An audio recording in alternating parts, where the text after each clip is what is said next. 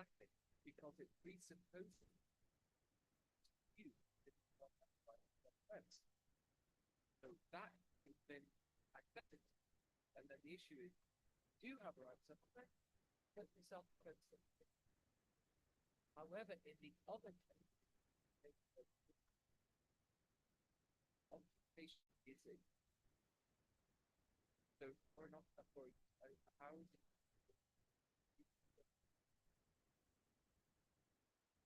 self-defense?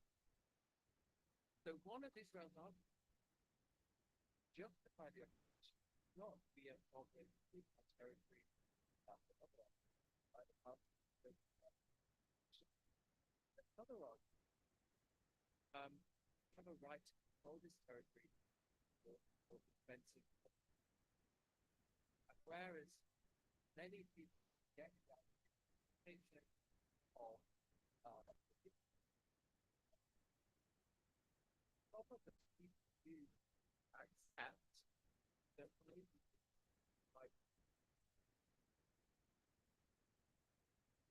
and therefore it's already said yes in the context of different place that given you've already taken a position on that issue.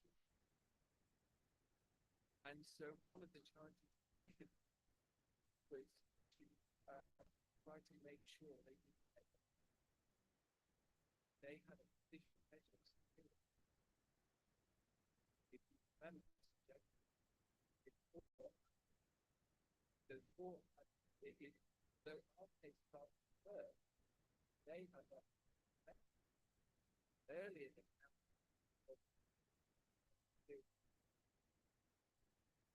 so in January they give the parents all and so very important I managed to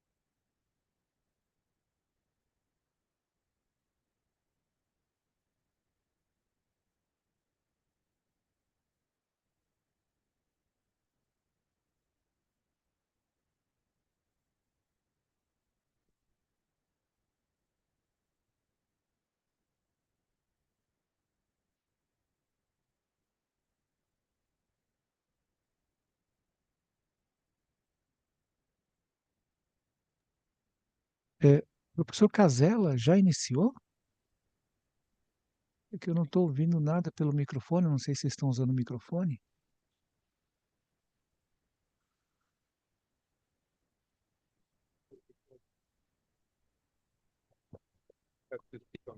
Okay, but let's leave it that O que está na frente dele também está funcionando, viu, professor?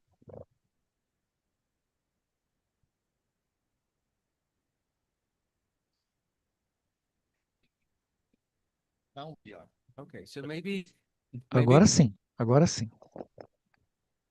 and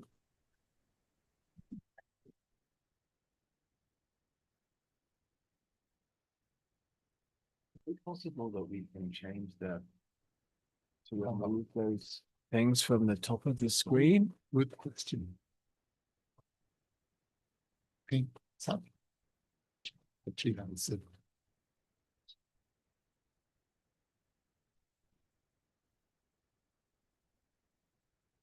Cannot wipe it out, but we can move downwards if you prefer. And okay, and the people watching, can they see this? No. Okay. Okay. Please push up that much. Not to forward the text and move it down.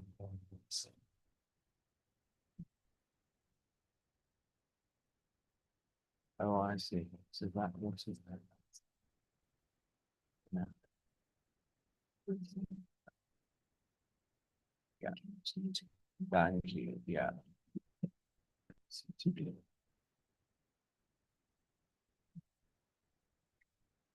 So in terms of the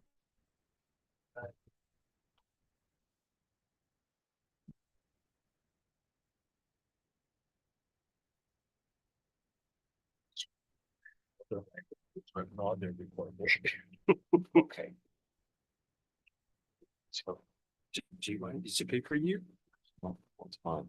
Yeah, you can try to follow the so maybe I can answer the questions at the end. Is that all right? But sure. Because some of the things I have to say will kind of cover some of the issues. But let me just make sure this is so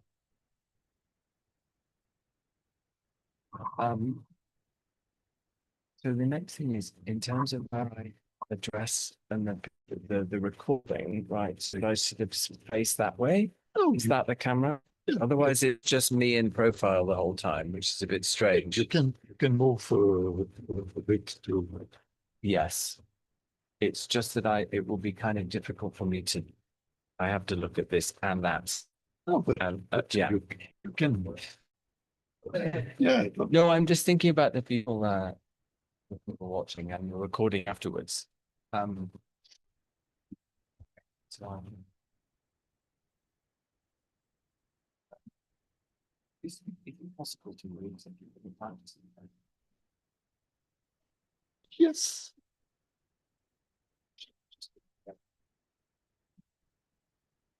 But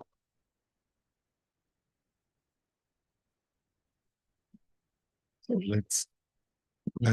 let's make a full start. So good morning and welcome the public present in the room and also those following us online. It is a pleasure and an honor for us here at the University of São Paulo Law School to welcome Professor Ralph Wyatt again here in our law school and talking today about the illegal occupation of the West Bank advisory opinion rendered by the International Court of Justice in July 2024. Among other qualifications and experience, Professor Halford had the opportunity of working in the case as on behalf of the Arab League, it was, yes. And then his thesis has been adopted by the court, which is something extremely and a great honor for a lawyer to have its statement accepted by the tribunal.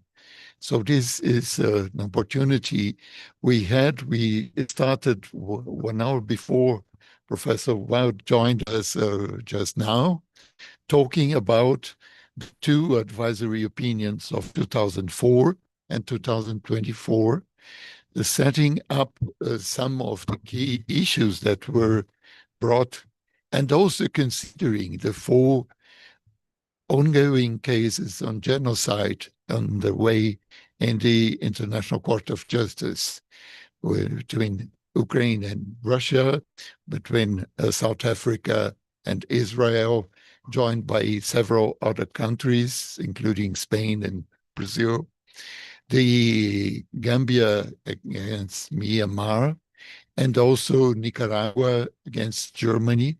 So it is something which maybe never happened before, that the ICJ has 4 ongoing cases on genocide. And at the same time, the issue is also being discussed in the International Criminal Court, which not only concerning Russian aggression against Ukraine, with 2 pending measures against the President of Russia, Vladimir Putin, and Maria Lvova-Belova, and also against 3 officers of Hamas. They have been already, 2 of them definitively have been already killed, and the 3rd one has disappeared. So we may presume he may not be alive any longer. And also the Prime Minister of Israel, Netanyahu, and at the time Defense Minister Yoav Gallant. So the matter of genocide is being quite present in the international agenda, and this is very worrisome. I don't know if you know that there is a permanent forum on genocide and crimes against humanity in the University of São Paulo. We have been organizing lectures since 2020.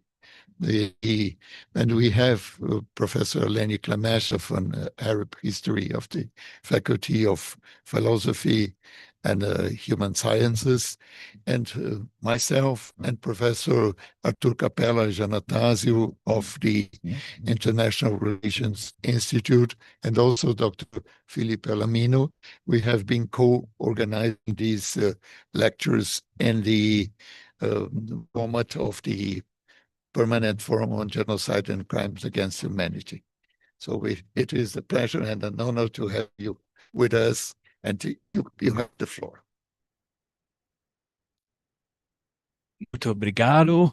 I want to express my warm thanks to Professors Eleni Klemeshev, Artur Giannatasio, Felipe Alamino, and Paulo Casella for their kind invitation and organization of this event.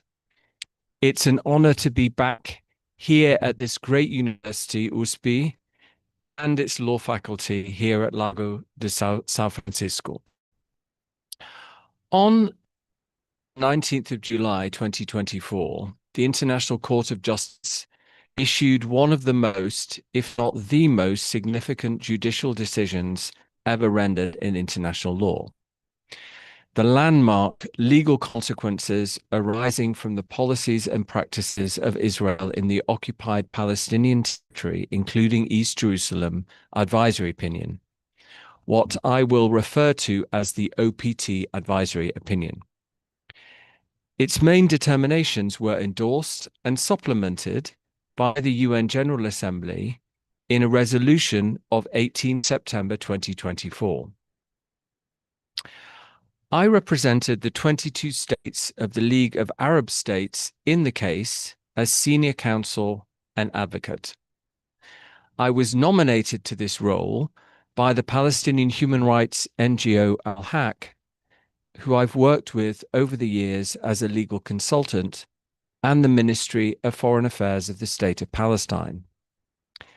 In the same year, I also represented the League of Arab States and separately the Palestine Independent Human Rights Independent Commission for Human Rights, the ICHR, before the International Criminal Court, the ICC, in the situation in the state of Palestine currently before that court.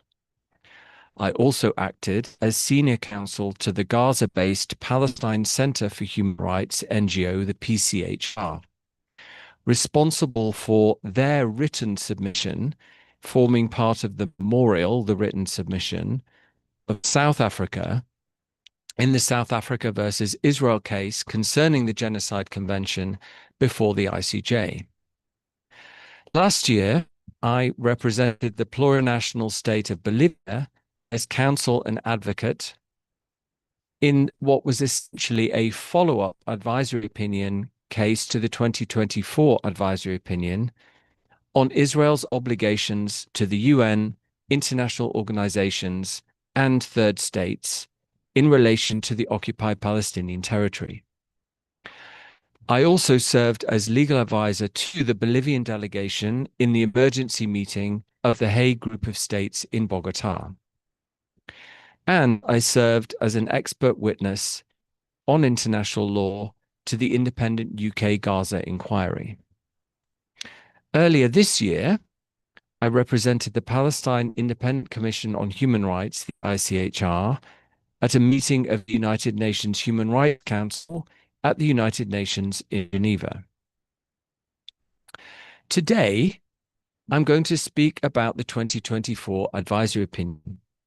I must stress that I'm speaking entirely in a private individual capacity only, not also on behalf of any of the actors I've mentioned, or my university, or anyone else.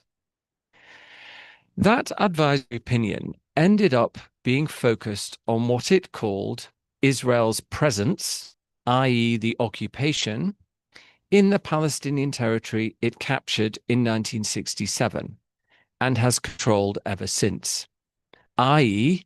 the remaining 22% of Palestine that was not under Zionist control after the State of Israel was proclaimed in 1948, corresponding to the land on the non-Zionist control side of the so-called Green Line, Armistice Line of 1949. The Palestinian Gaza Strip and West Bank, including East Jerusalem, commonly referred to as the Occupied Palestinian Territory, the OPT. Within what is therefore very limited focus, the court essentially addressed two matters of legality as far as Israel is concerned. First, is the way this presence is conducted lawful? And second, is the presence itself lawful? Of course, it would not be appropriate for me to seek to relitigate any of the matters I argued before the court, let alone to offer a critical appraisal of the opinion and the separate statement of the judges. I had the great privilege of being given the opportunity to influence the approach taken by the court and its individual members, and having had that, I must naturally accept the way things went. That said, as I will explain, as it turned out, things went well in terms of my arguments finding a home in both the main opinion and many of the separate statements. I'm able to reflect on the meaning and effect of these arguments because they were based on a series of ideas that originate in my own academic scholarship, which predate and ended up being adopted in this case, including in the opinion itself. What I want to do then is indicate the significance of the case with reference to these, my ideas. As an academic, I was in the unusual situation where I had written on the very issues that were to be determined in the case, and the members of the League of Arab States decided to adopt these ideas as their own and asked me to represent them in putting these ideas to the court for its adoption. Having been asked to do this by a Palestinian human rights NGO, Al-Haq, with the support of the Foreign Ministry of the State of Palestine. This was an immense privilege and responsibility, and I am and will be always humbled by it. Although then I wrote submissions, delivered oral submissions to the court in the capacity of the representative of the 22 states of the League of Arab States, every idea in those written and oral submissions had their origin in my own prior published work. The publications are: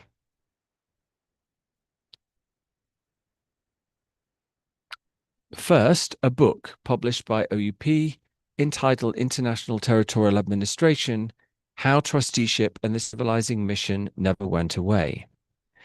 Second, an article published in the Palestine Yearbook of International Law in 2021 entitled Using the Master's Tools to Dismantle the Master's House: International Law and Palestinian Liberation. Third, a related policy brief published through my university in July 2022 entitled The International Law of Self-Determination and the Use of Force Requires an Immediate End to the Occupation of the Palestinian West Bank and Gaza. Fourth, a legal opinion published in the run-up to the UN General Assembly voting to request the advisory opinion in December 2022 entitled Is the Israeli Occupation of the Palestinian West Bank, including East Jerusalem, and Gaza legal or illegal in international law? Fifth, an article published in the Journal of the History of International Law, also in December 2022, entitled Tears of the Olive Trees, Mandatory Palestine, the UK, and Accountability for Colonialism in International Law. Sixth, a related petition paper co-authored with Shawan Jabarin, the head of the Palestinian human rights NGO Al-Haq, published in September 2023, entitled British Reparations Owed to the Palestinian People. This was also published as a blog post on Opinio Juris. And seventh, another blog post on Opinio Juris, drawing on ideas in the previous publications, published in November 2023, entitled Israel's War in Gaza is not a valid act of self-defense in international law. The arguments I made in these publications, which I will elaborate on today, were adopted not only by the 22 states of the League of Arab States, but also the General Assembly in asking the court to render the advisory opinion, and many of the states and international organizations in their written and oral submissions in the advisory opinion proceedings, in the advisory opinion itself, and many of the individual and joint statements of the judges, and in the General Assembly resolution adopted to affirm the findings of the opinion. What I will do today is set out these key arguments on the illegality of the occupation and the consequences of this for so-called third states, i.e., all other states in the world in addition to the states of Israel and Palestine. The affirmation and adoption of these arguments by many states and international organizations, the court, and the General Assembly is why this advisory opinion is a landmark in constituting, as I say, one of the most, if not the most, important decisions ever issued by that court, the most important legal judgment on the question of Palestine issued by any court, and one of the most significant international law judgments that now form part of the canon of international law. I'll begin with the arguments I made about the occupation's illegality. I will then turn to the arguments I made about the consequences of this for third states. Beginning then with the arguments about the occupation illegality. The central argument I made in the Palestine Yearbook article, which was accepted and adopted by the General Assembly in the question put to the court and addressed by the League Arab League, and many of the other parties in the case, and in turn the court, was that it is vital to address the illegality of the occupation in terms not only of its conduct, but also of its existence. This involves a complete paradigm shift from how the legality of the occupation has usually been addressed by most international legal experts and international and Israeli human rights NGOs, and many, particularly Western states, who tend to focus exclusively on issues of conduct only. Matters such as violations of international humanitarian law, including violations of occupation law, notably, for example, of the prohibition of implanting settlers and settlements in occupied territory, norms against racial discrimination generally and apartheid in particular, and violations of international criminal law only, and, since October 2023, genocide. They would ignore the elephant in the room. Why is Israel even there? And does it have any legal right to be there? Mostly ignored was the question of whether international law had anything to say on this fundamental question of whether or not the occupation should even be in existence in the first place, and, if so, what the law says on this existential question. In other words, only asking whether or not the conduct of the occupation is lawful, and not also whether the occupation is itself unlawful or lawful. Such a limited approach was followed despite the fact that the Palestinian people themselves had been demanding freedom from Zionist domination, not simply asking to be treated humanely within the context of that domination. The General Assembly had previously referred to the occupation of the OPT and the Syrian Golan Heights by Israel since 1967 as a violation of international law. But despite this, as I say, many, particularly Western states, international legal scholars, and international and Israeli NGOs continue to address the question of legality as if it only concerned conduct and not also existence. Asking the existential legality question is only the start of the analysis, because then it's necessary to clarify what law determines the answer to this question and go on to apply that law. The General Assembly might have already said that the Israeli presence in the OPT is illegal, but on what basis exactly? Presumably self-determination. But on what legal basis do the Palestinian people have this right? Presumably, the right covers the OPT. But is that the territorial limit of its application? Does Israel therefore not have any legal right to sovereignty over any part of the OPT? And if so, on what basis? What about the Balfour Declaration and League of Nations mandate arrangements, which the Council of the League of Nations purported to stipulate that the Balfour Declaration should be implemented in Palestine, thereby potentially vesting sovereignty over the entirety of Palestine in a future Jewish state? Moreover, even if the occupation is illegal in self-determination terms, might it be lawful on a different basis, as a means of self-defense for Israel, at least on a temporary basis? Assuming all these matters have been resolved and a conclusion reached as to illegality, what in particular does this mean for how and when the occupation should end? For example, even if the occupation must therefore end, can it at least be maintained until there is a peace agreement between Israel and Palestine that provides security guarantees to Israel? Might it also be lawful to maintain the occupation until the Palestinian people are deemed ready to run their own affairs. The General Assembly simply stating that the occupation is illegal did not by itself provide an answer to these and other fundamental matters, nor had these matters been addressed either at all or at least properly in academic scholarship.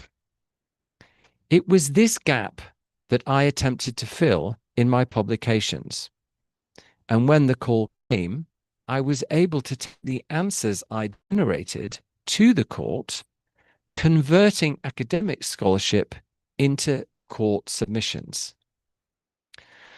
I'll now flesh out some of the particular problems with existing approaches to the question of the legality of the occupation, how I address them in my scholarship, and how the arguments I put to the court based on that work were adopted by it and the General Assembly. One predominant approach in the academic literature, which was put to the court by some of the parties, is that because the norms of occupation law presuppose that occupations will be temporary, somehow occupation law itself therefore contains a norm requiring occupations to be temporary. This is a non sequitur, making a category error in ascribing norms that regulate the conduct of an occupation the character of norms that would determine whether or not an occupation should be in existence in the first place. Moreover, by presenting this actually non-existent norm as exclusively determinative of the question of existential legality, such approaches also implicitly reject the relevance of the norms that actually are determinative of this question, to which I will return in a moment. In the Master's Tools article and legal opinion, and then in my written and oral submissions to the court, I explained why this view was mistaken. My position was adopted and affirmed by the court. Some parties in the case, such as France, agreed that occupation law is silent on whether or not occupations are lawful, and proceeded from that to suggest that also more generally, there are in fact no norms in international law concerned with this existential matter. What these parties ignored, but the court did not, was the argument I made in my publications and to the court, along with some of the other parties in the proceedings who had taken up my approach and adopted it as their own. This argument is as follows. Whereas indeed occupation law is not itself concerned with the existence of the occupation, there are other areas of international law which are so concerned: the law of self-determination and the law on the use of force. The court agreed, and when the president explained this as he read out the opinion, and I was sat right in front of him, I felt, as I did in many other moments, as if my own words were being read back to me. President Salam said, and I quote, "The court considers that the rules and principles of general international law and of the Charter of the United Nations on the use of force in foreign territory, jus ad bellum, have to be distinguished from rules and principles that apply to the conduct of the occupying power under international humanitarian law, jus in bello, and international human rights law. The former rules determine the legality of the continued presence of the occupying power in the occupied territory, while the latter continue to apply to the occupying power regardless of the legality or illegality of its presence. It is the former category of rules and principles regarding the use of force, together with the right of peoples to self-determination, that the court considers to be applicable to its reply to the first part of question B of the request for an advisory opinion by the General General Assembly. End of quote. And that first part of question B being on the question of the legality of Israel's continued presence in the OPT. What then do these two areas of law say about the fundamental question of whether or not the existence of the occupation is lawful? Beginning with self-determination.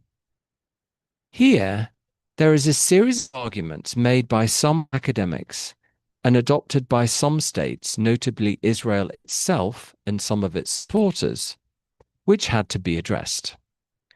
I covered these arguments in my academic work, and the approach I took on them, as set out in my submissions to the court, was adopted either explicitly or implicitly by the court in the opinion and by the General Assembly in its subsequent resolution.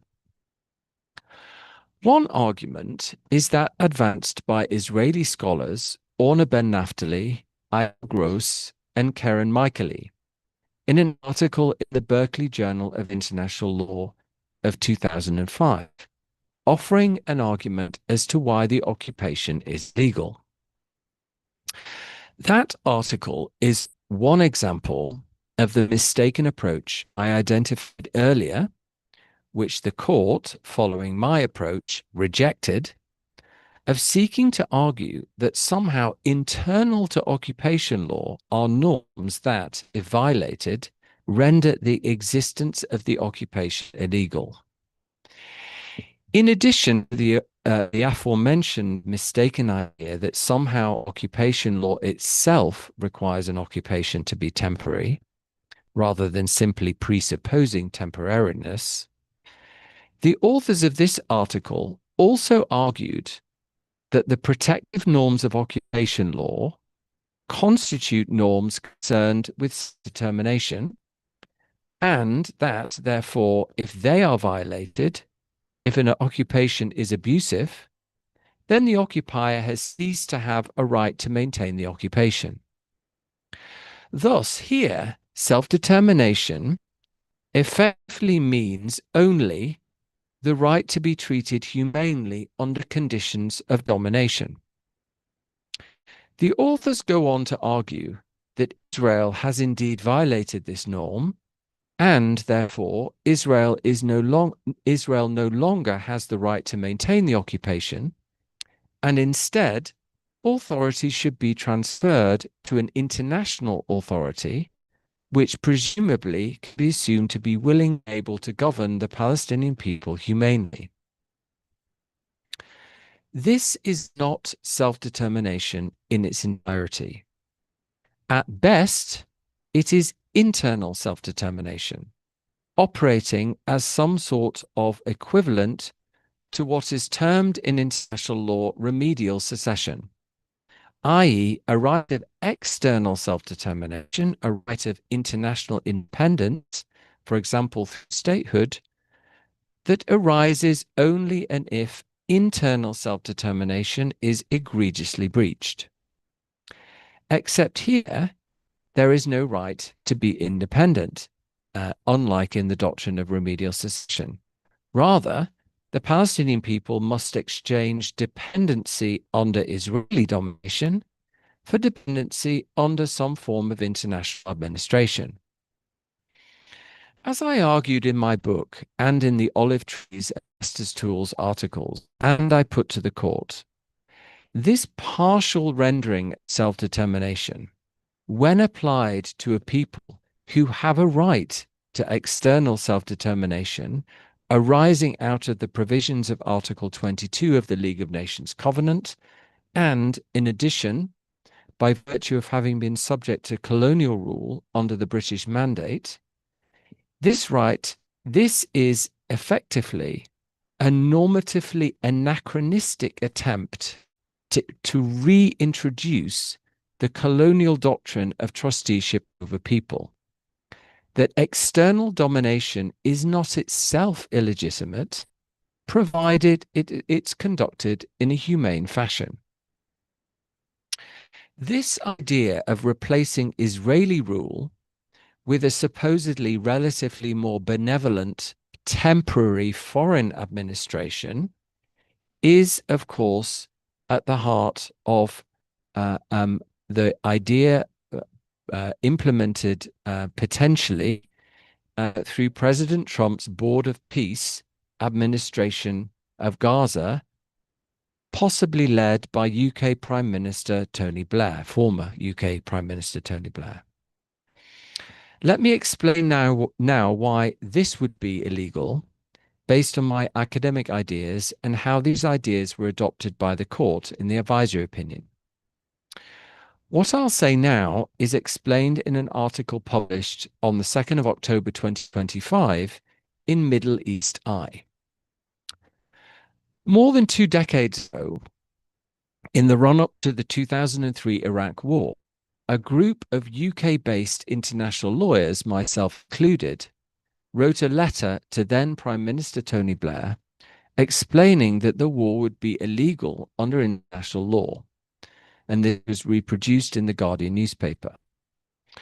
Well, plus ça change, plus c'est la même chose.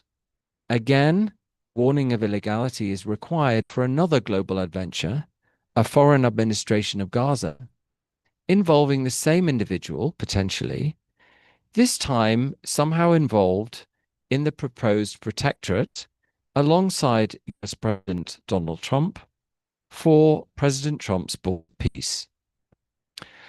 The Gaza administration would replace the more than half-century occupation by Israel, which has involved serious violations of fundamental rules of international law in its conduct: racial discrimination, apartheid, torture, grave breaches of the laws of war, crimes against humanity, and genocide. At the heart of these rules of international law, regulating the conduct of the occupation, is the duty of trusteeship.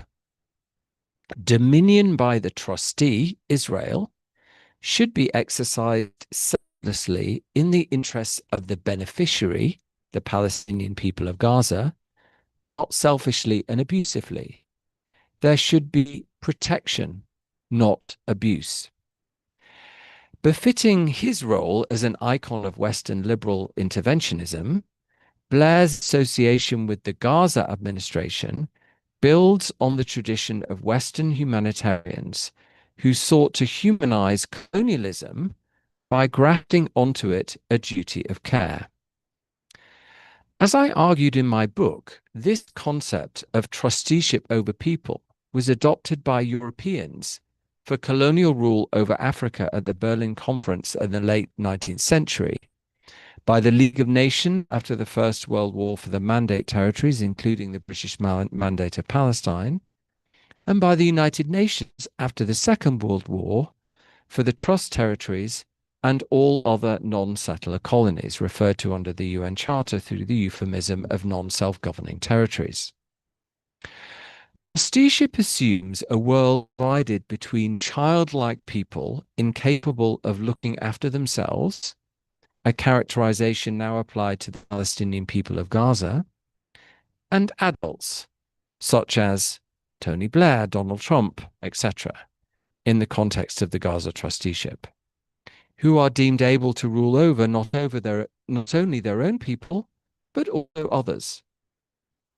Falling in the child category is the rationale for requiring trusteeship. In the League of Nations Covenant, the people of the mandates were, and I quote, not yet able to stand by themselves under the strenuous conditions of the modern world, end of quote. The child-adult relationship is the rationale for the duty of care. The adult is in charge, but must act in the interest of the ward. The adult's responsibility is to bring up the child so that it will eventually attain maturity, to conduct tutelage, enabling development. The Gaza trusteeship would thus, under this idea, supposedly be temporary, because it is transitional. The adults will build up local capacities for self-administration. The children will consequently mature and attain adulthood, and the need for trusteeship will end. At the heart of this model is racism. In the colonial era, a racist global standard of civilization, adopted within a system dominated by Europeans, determined who the adults and the children were. No prizes for guessing who conceived themselves as the adults. Trusteeship was a self-serving sham, invoked in bad faith, serving as an alibi to rationalize colonial rule, which could now be justified as a civilizing mission. But the consequence of colonial liberation struggles after the Second World War, the end of formal colonialism for non-settler colonies, was the adoption in international law of the right of self-determination. This was a repudiation of trusteeship. There were no more childlike and adult-like people in the world. The racist child-adult distinction between peoples was supposedly abolished. All peoples were equal and deserved freedom as adults. As the United Nations General Assembly stated in paragraph 3 of Resolution 1514 of 14 December 1960, and I quote, "Inadequacy of political, economic, social, or educational preparedness should never serve as a pretext delaying independence." Quote. Despite this, trusteeships continued, mostly conducted by international organizations, as in Bosnia and Herzegovina and East Timor. Global human rights rules were invoked as a seemingly non-racist standard of civilization that could determine legitimately where trusteeship was needed. International organizations were seen as capable of acting selflessly and thus performing the duty of trustee in good faith, in contrast to states. The US-led occupation of Iraq, bad. The UN in East Timor, good. And temporary arrangements, when actually followed, yes, East Timor, no, Bosnia and Herzegovina, were seen as somehow genuine trusteeships in that they didn't endlessly defer independence as sham colonial versions had. Western diplomats tell me that my book, which covered these and other arrangements, was used and is being used as their manual for the Gaza arrangements, including by the Board of Peace. This horrifies me. It is clearly based on a selective reading of the book, drawing on the earlier chapters that set out the different forms of international trusteeship, but ignoring the later chapters, which explain why, in the self-determination era since after the Second World War, trusteeship of this kind is incompatible with the legal right of self-determination, as reflected in that statement by the UN General Assembly, reflecting the position in customary international law made in 1960. In the advisory opinion proceedings, I argued for the League of Arab States, based on my academic research, that the Palestinian people had a legal entitlement to be free of the Israeli occupation without preconditions, simply because of their right to self-rule, not because they were being treated abusively. The court agreed. This was a conclusion about the right of self-determination, pure and simple, in and of itself. It would therefore apply equally to any form of foreign administration, however ostensibly humanitarian and time-limited. Replacing an abusive state trustee with another form of somehow international trusteeship is not self-determination and would be illegal. A related argument, which has its origin in the work of another Israeli academic, Eyal Benvenisti, and was put to the court by those states supporting Israel, such as Fiji, the USA, the UK, and Zambia, was that an occupation can continue lawfully until there is a peace agreement. As I explain in the Master's Tools article, Benveniste roots this norm that he claims exists in a statement made by international lawyer Hirsch Lauterpacht in the era before both external self-determination and the law on the use of force had come to have the meaning that they have had throughout the period of the Israeli occupation of the Palestinian territory captured in 1967. Also, Benveniste inexplicably fails to give due account to the relevance of these norms to the question of ending the occupation, other than suggesting, without any authoritative grounding, that the significance of the right of self-determination is that the occupier must engage in a good faith negotiation for such a peace settlement, and that if it does not do this, then it loses the right to continue the occupation. Again, as I argued in the Master's Tools article, this is a wholly inadequate treatment of the right of external self-determination, which is an automatic right to freedom because the occupier has no right to exercise dominion over the occupied people. It does not depend on the conclusion of a peace agreement, or in Benveniste's qualified approach, the failure of an occupier to negotiate such an agreement in good faith. Again, my view here was adopted by the court. When it then came to the question whether the occupation violates the right of self-determination, my academic argument, which was adopted by the current United Nations Special Rapporteur on Human Rights in the Palestinian territory occupied since 1967, Francesca Albanese, in her first report to the UN General Assembly in 2022, and was also the position I put to the court on behalf of the League of Arab States, and also advanced by some of the other participants, and was adopted by the court. The argument was that the occupation is existentially illegal as a violation of the right of self-determination of the Palestinian people and should therefore be terminated. I said immediately, the court said as rapidly as possible. The General Assembly said without delay and no later than 12 months from the adoption of its subsequent resolution that year. The expiry of that period is coming up to its one-year anniversary next month, September 2026. What then of the law on the use of force? The other area of international law which I argued and the court agreed is determinative of the question of the legality of the existence of the occupation.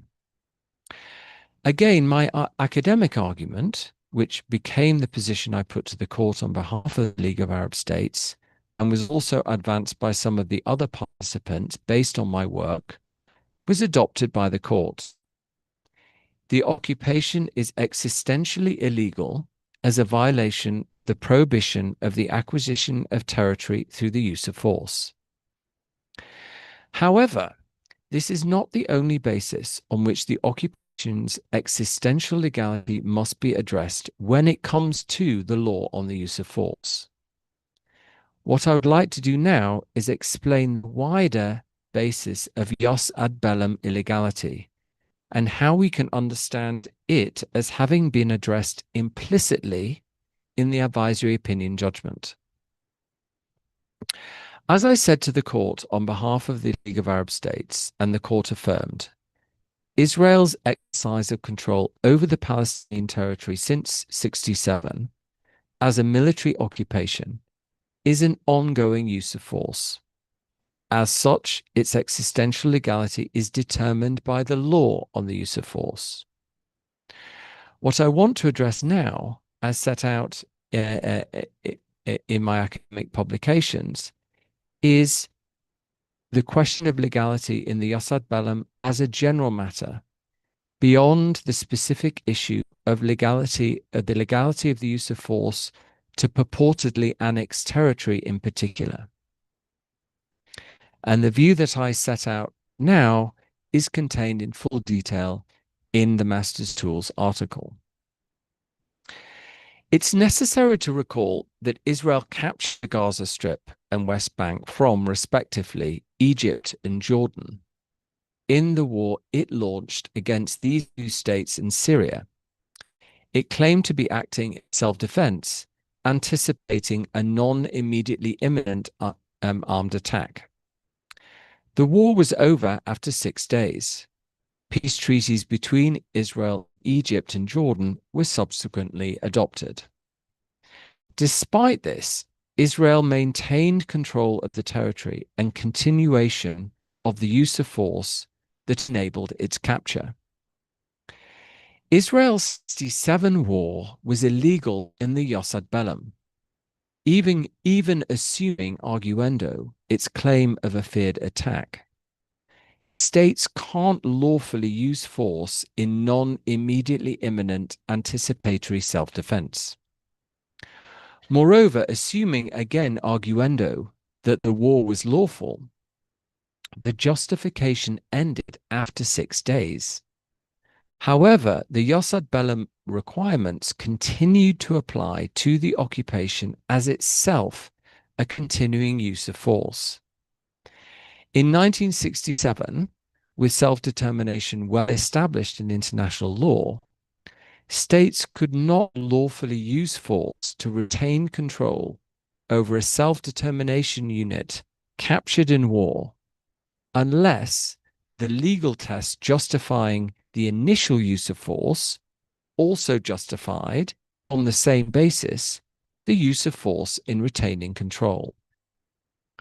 Moreover, this justification would need to continue not only in the immediate aftermath, but for more than half a century. Manifestly, this legal test has not been met. Israel's control over the Gaza Strip and West Bank through the use of force has therefore been illegal in the jus ad bellum since the capture of the territory, or at least very soon afterwards. The occupation is therefore again existentially illegal in the use of force and aggression, this time as a general matter beyond illegality specific to purported annexation. What then Israel's military action in Gaza following the attacks of October 2023? This is not a war that began in October 2023. It's a drastic scaling up of the force already being exercised there and in the West Bank on a continual basis since 1967.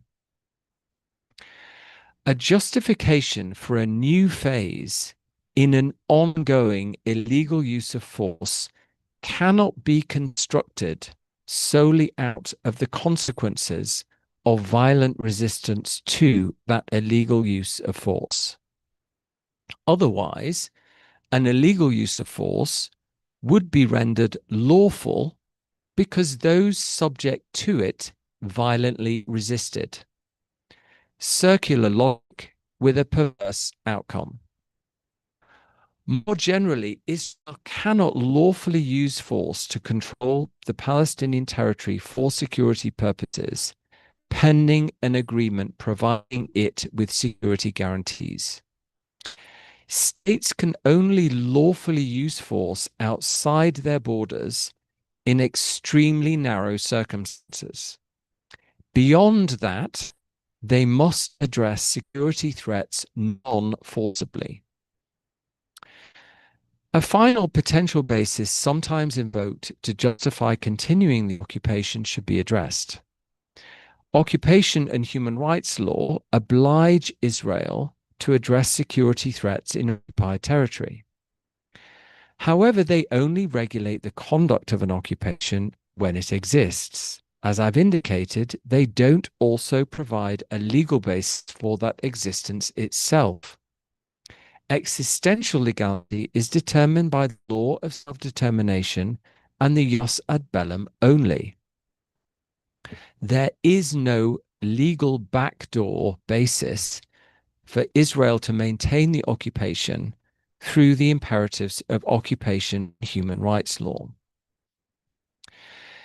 Now, the court didn't pronounce on these questions of jus ad bellum illegality as a general matter, only addressing it as far as annexation was concerned, not therefore addressing in particular self-defense, although some of the judges did in their separate opinions. Instead, as I mentioned, the court focused only on jus ad bellum illegality arising out of purported annexation in particular. On the basis of finding this illegality, and the finding that the occupation constituted a violation of the right of self-determination, the court concluded that the occupation was existentially illegal and therefore should be brought to an end, as I indicated, as rapidly as possible. What I want to suggest is that this overall finding had to imply a determination on those general jus ad bellum matters, including the question of self-defense that I've just outlined. How do I say this?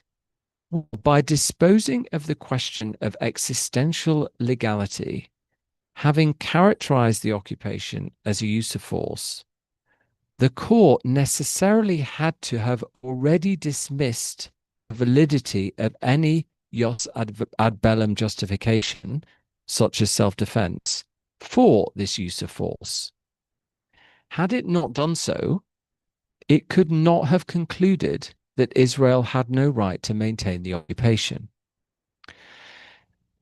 The fact that the court did not expressly reject the validity of any jus ad bellum justification such as self-defense does not alter the fact that by characterizing the occupation as a use of force and determining that as such it was existentially illegal and therefore needed to end as rapidly as possible, this rejection was implied. Equally, although the court's determination of illegality in the jus ad bellum was specific to the issue of purported annexation, its overall finding of existential illegality applied to a presence it had expressly characterized as a use of force means of necessity that the occupation is a use of force that lacks a valid legal justification, and as such, as a general matter, is illegal in the jus ad bellum on this second general basis. Likewise, although the court didn't use the term aggression, the jus ad bellum violations it determined to be taking place, both expressly a purported annexation through the use of force and impliedly a use of force in the form of an occupation without valid legal justification, these violations are universally regarded to be paradigmatic examples of jus ad bellum violations constituting aggression. As indeed President Salam, as he was then, said in his separate opinion when it came to the annexation-related violation and the individual crime of aggression in the Rome Statute. In effect, then, Israel's use of force, enabling it to control the Palestinian Gaza Strip and West Bank, including East Jerusalem, since 1967, has been characterized as an aggression by the International Court of Justice. There is a question as to the relevance of the court's finding to the particular issue of the legality of Israel's military presence, through which it has used extreme force, constituting genocide, in the Palestinian Gaza Strip since October 2023. The OPT advisory opinion was requested by the UN General Assembly on 30 December 2022. The court stipulated a deadline for the written statements of participants of 25 July 2023. This was all then before the 7th of October 2023. The deadline for the written responses to the written submissions was 25 October 2023, when Israel's use of extreme force in Gaza had begun. That extreme use of force then continued throughout the period of the oral hearing, which was between 19 to 26 February 2024, and in the period between then and when the OPT advisory opinion was issued, 19 July 2024. Some of the written responses and oral statements made by the participants in the advisory opinion case, including the written response and the oral statement I made on behalf of the League of Arab States, expressly referenced the question of the legality of Israel's use of force in Gaza after 7th of October 2023, and the relationship between this and the legality of Israel's use of force there and in the West Bank since 1967, the argument I set out earlier. The question put by the General Assembly used policies and practices as a catch-all term for the behavior of Israel in what the court determined was limited to the OPT, the legality of which the General Assembly asked the court to determine. The court stated in the OPT advisory opinion that it, and I quote, notes that the request for an advisory opinion was adopted by the General Assembly on 30 December 2022 and asked the court to address Israel's ongoing or continuing policies and practices.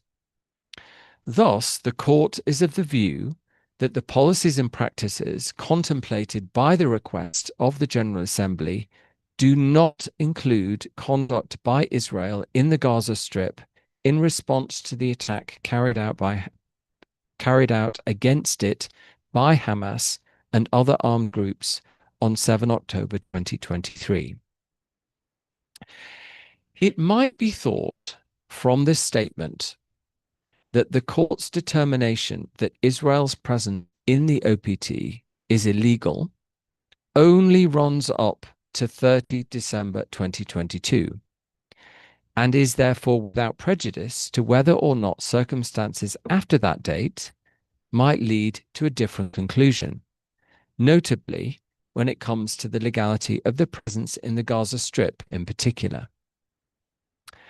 However, as I mentioned, the court followed its determination as to the illegality of Israel's presence with a consequent requirement that this presence needed to be brought to an end as rapidly as possible.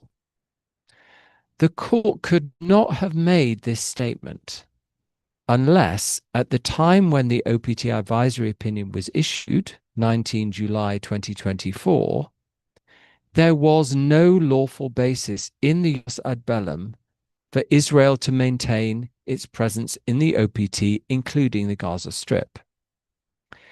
The implicit rejection of a general jus ad bellum justification for Israel to maintain its presence in the OPT, including the Gaza Strip, certainly applies then not only up to 30th of December 2022, of course preceded by a potentially 57-year period, but also on 19 July 2024.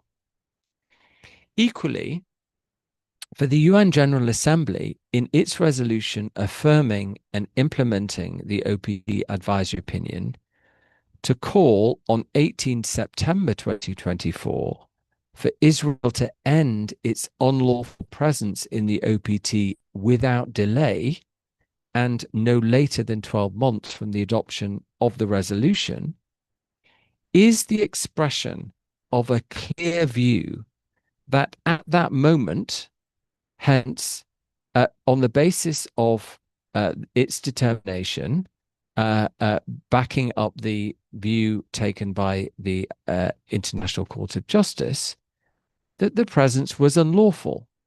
Hence, that presence being characterized as such, and hence the requirement that the presence must end without delay.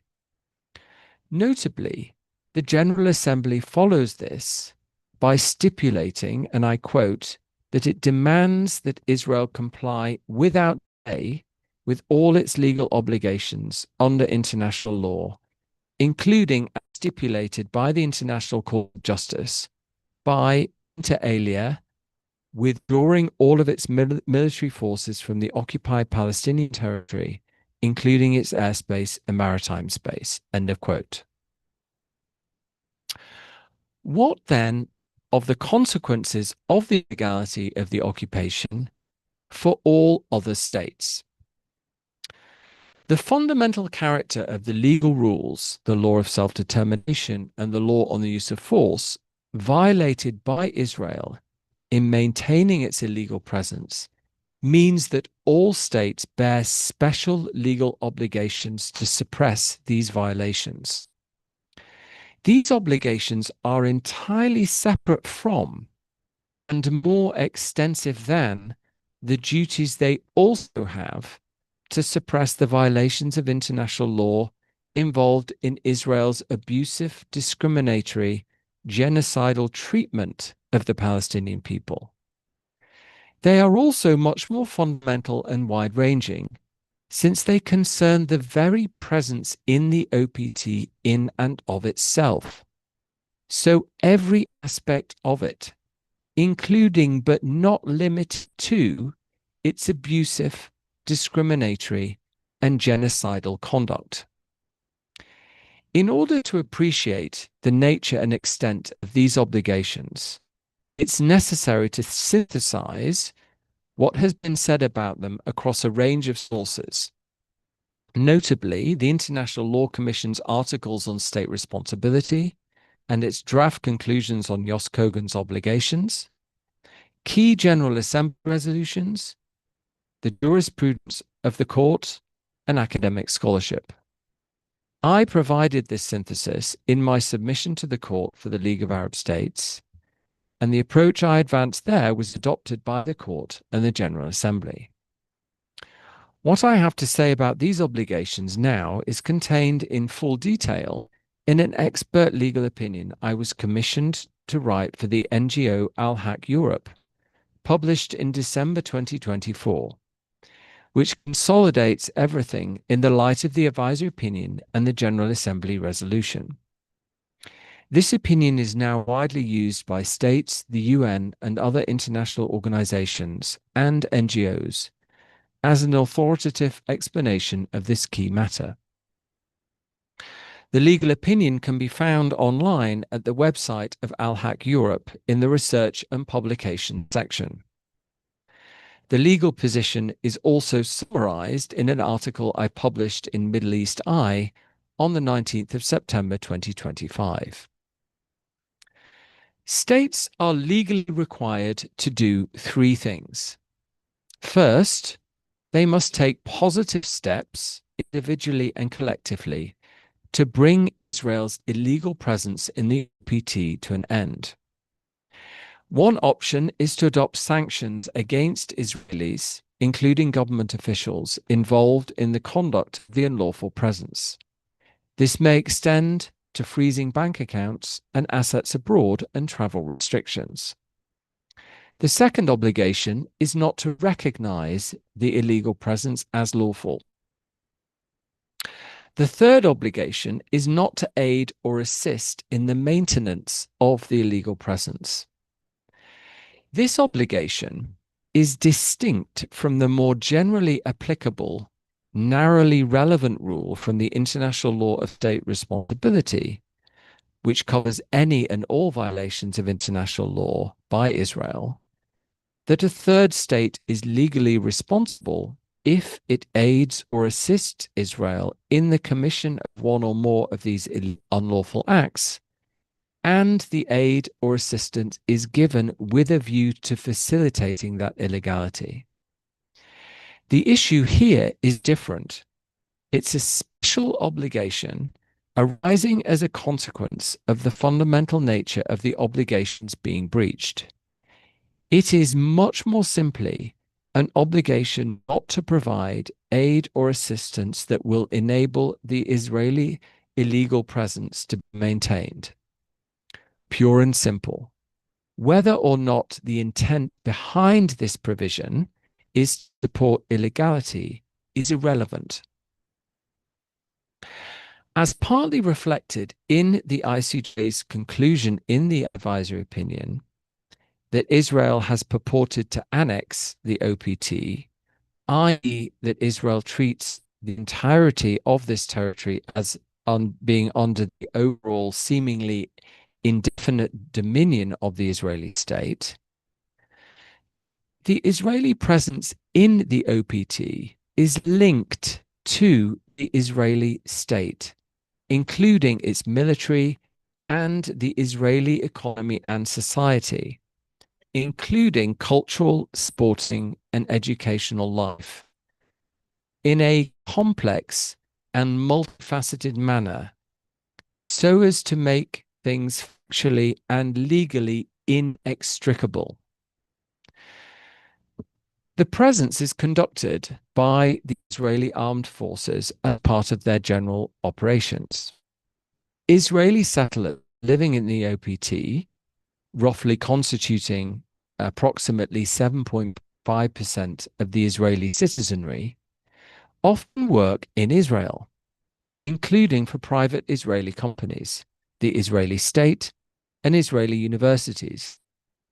Their commute between the settlement home and the Israeli workplace being facilitated by the settler-only roads and checkpoints linking the settlements to Israel, and in the case of East Jerusalem, the light rail which connects East and West Jerusalem, with a stop at the train station in the latter place, where the train then connects to the airport and major Israeli towns and cities, including Tel Aviv and Haifa.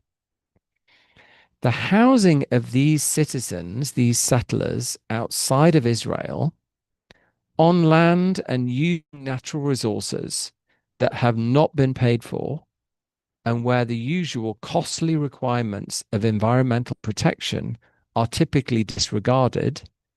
For example, raw sewage from settlements is routinely discharged onto nearby Palestinian villages.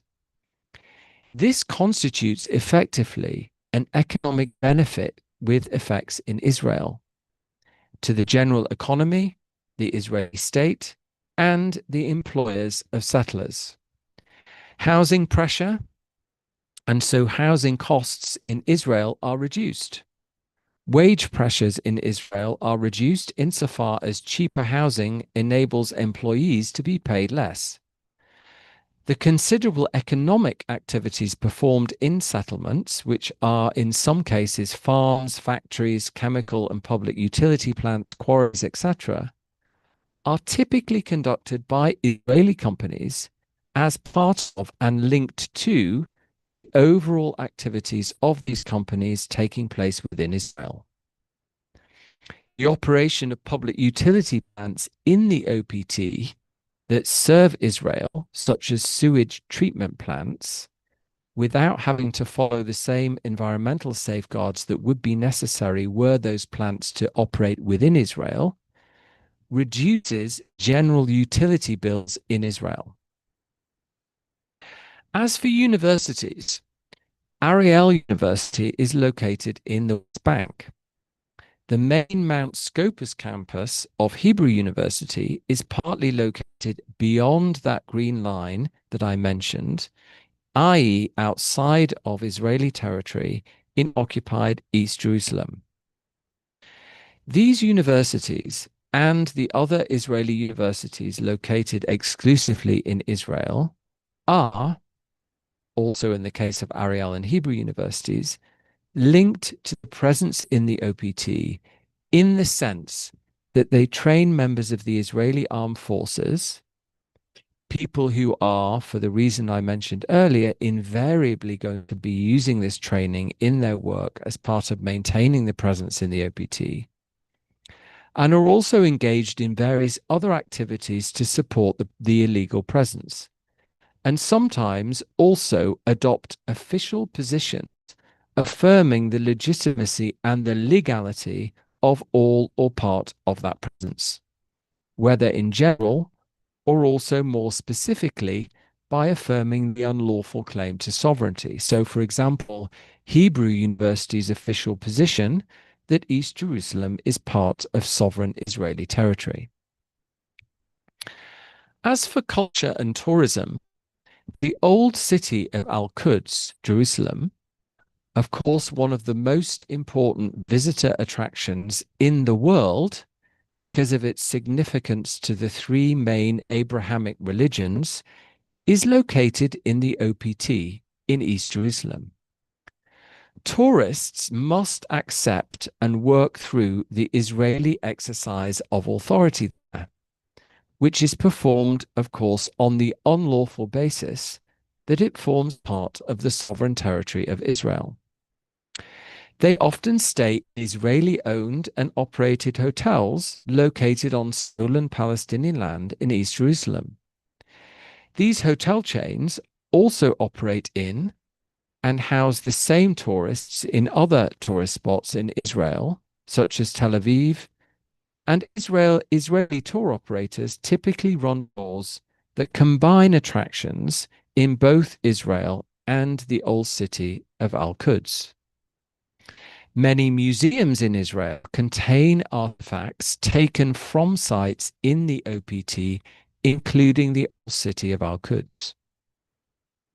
In these and other key respects, the tourist and hospitality industry operates seamlessly across Israel and the old city part of the OPT, with tourists to Israel inevitably participating in this overall structure, even if they restrict themselves to territorial Israel, which few do, given that this would exclude the old city of Al-Quds.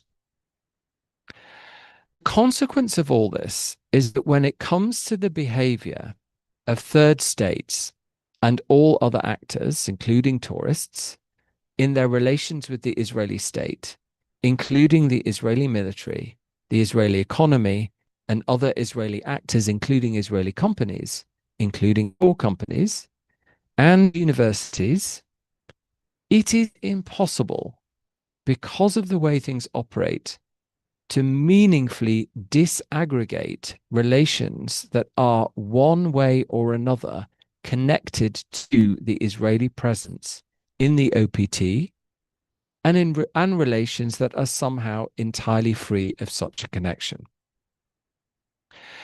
This problem is illustrated in the following observations made by the scholar Yusuf al-Tamimi in connection with that third duty I mentioned, the obligation not to aid or assist. Observations al-Tamimi made in a blog post on the EGIL Talk website published on the 30th of July 2024, which I quote in my legal opinion, and I will quote here. So in the words of al-Tamimi, separating trade relations with Israeli businesses from links to the illegal occupation is difficult and sometimes impossible. Arms, drones, and surveillance equipment developed by Israeli arms manufacturers are employed throughout Gaza, occupied Palestinian territories, and East Jerusalem, and sold as battle-tested to European countries. Such economic activity clearly assists in the maintenance of the illegal situation and is thus prohibited under the ICJ opinion. This problem has proven persistent in economic relations with Israel. Other such examples include cooperations with Israel's national water company, which expropriates water from Palestinian springs in the West Bank, the country's largest supermarket chain, which operates in illegal settlements, and an irrigation firm. There is a difficulty in separating trade and investment relations with businesses operating in Israel and those having ties to occupied Palestinian territories, because Israel treats settlements as an integral part of its territory in accordance with its domestic law. With so many businesses tied up in internationally prohibited activities, it is indeed a question if untangling these activities from the illegal side of their activities is possible. Recent official documents obtained by a Dutch rights group through a Freedom of Information request show Dutch Foreign Ministry officials expressing doubts that any trade with Israeli businesses can be entirely settlement-free. And again, quoting from that report, almost every Israeli business has a connection to settlement somewhere. And that's the end of the quote from that blog post by Yusuf Al-Tamimi. Insofar as third states bear obligations applicable to their relations with Israel as a consequence of the legal nature of Israel's presence in the OPT, these obligations have to address those relations as a general matter. With arms, for example, there is an obligation not to provide any support to Israel whatsoever, not just support that might end up being used to commit genocide, war crimes, or crimes against humanity, since any support given is going to end up supporting the existence of the occupation one way or another. Likewise, when it comes to economic relations, both the OPT advisory opinion and the General Assembly implementing resolution stipulated an obligation to abstain, and I quote, from entering into economic or trade dealings with Israel concerning the occupied Palestinian territory or parts thereof, which may entrench its unlawful presence in the territory, end quote. Given how, as I've indicated, the economic dimensions of the Israeli presence in the OPT are inextricably linked to the Israeli economy generally, this stipulation means that all economic and trade dealings with Israel concern, one way or another, all or parts of the OPT, and therefore all such dealings may entrench the presence. In consequence, states must adopt a comprehensive reciprocal trade, including arms, finance, investment, scientific, technological, audiovisual, cultural, including tourism, educational, and sporting embargo against Israel, including but not at all limited to an embargo of products from settlements. Despite the ruling of the court and its affirmation by the General Assembly, there is still a seemingly widespread denial about, or at least refusal to acknowledge, these fundamental legal issues, both the existential illegality of the occupation and what this means for the behavior of all states and the international organizations they are members of, even on the part of those states who voted for the General Assembly resolution that set these issues out. Even the focus on genocide in the Palestinian Gaza Strip, which is of course necessary, by itself obscures the fact that even if Israel was not committing genocide, which it is, even if it was still behaving entirely humanely towards the Palestinian people, its presence would still be a breach of fundamental legal obligations, and states would still bear the fundamental obligations I've mentioned to bring these breaches to an end.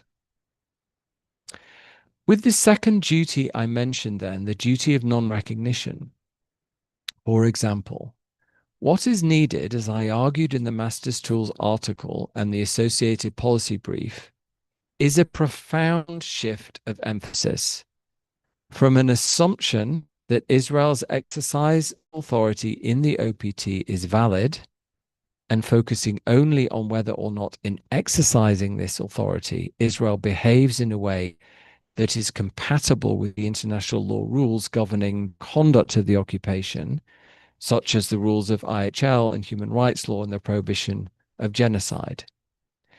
This assumption is contrary to the legal position on invalidity, and adopting the approach is therefore a breach of the obligation of non-recognition of this invalidity. Put differently, it's a breach of the obligation not to treat the presence as valid.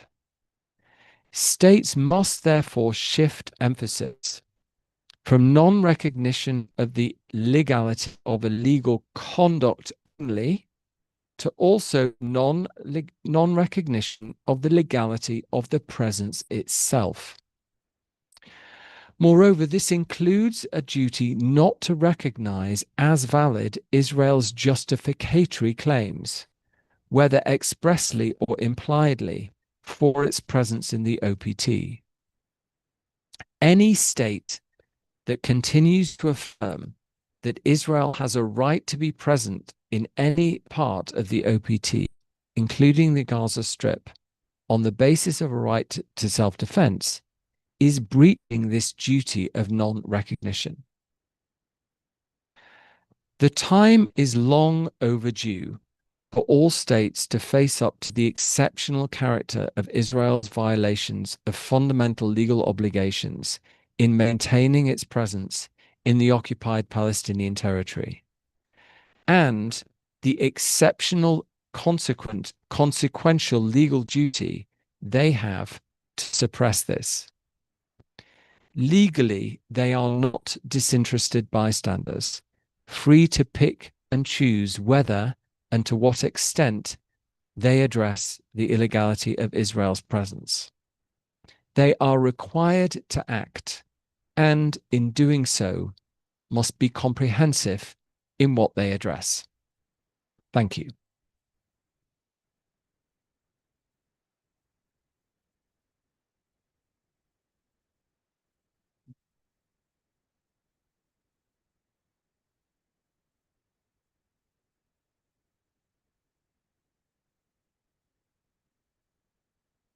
Thank you so much, Professor Halfwoud, for your careful, thoughtful consideration of the matter and for reporting on the way this was constructed, interpreted, and adopted, not only by the International Court of Justice, but also by the General Assembly of the United Nations. If you would be kind enough to accept a few questions, I can open the floor. The only thing is, a única coisa é pedir que as pessoas falem no microfone, porque senão não tem como ser. Quem está nos seguindo online não pode ir.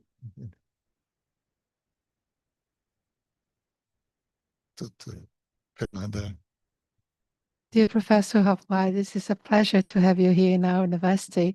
I've been following your work for a long time, from Cambridge to here, so it's really an honor. Thank you, Professor Casala, for this opportunity to all of us. My question regards the trusteeship when you mentioned as an architecture of the duty of care. I would like to have a little bit of your understanding, because it's a practice understanding in terms of how you're contributing, not just for the law of occupation, but in understanding the role of self-determination within the use of force. My question is, how do you see this maybe a possibility of being reapplied or coming into fashion in international law, mainly through Trump's administration, and as it regards Venezuela or other territories that might apply? Thank you. Maybe I can sense of that.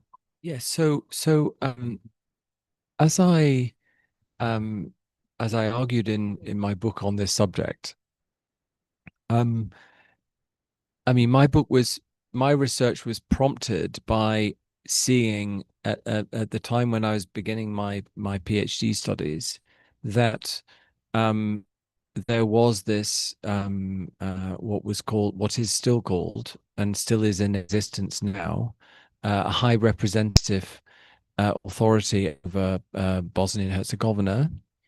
And then in 1999, UN administrations were created to administer East Timor and Timor-Leste, Kosovo and Timor-Leste. And what was striking about these arrangements, especially Timor-Leste, because Timor-Leste, the people of Timor-Leste are universally accepted to have a right of self-determination. And of course, that UN administration of Timor-Leste was introduced in 1999 when Indonesia belatedly accepted that it could no longer maintain its illegal presence there and had to withdraw, and the people of East Timor should therefore be able to exercise their right of self-determination, which of course ended up in the creation of a new state in the early part of the millennium, and Timor-Leste is a member state of the United Nations. But why was Timor-Leste administered by the United Nations for a roughly a 2-year period, right? Why did Indonesia not just withdraw and the people of East Timor then take over? And of course, that's what happened in many other situations of decolonization. And what I uncovered was this idea of trusteeship, that it was decided,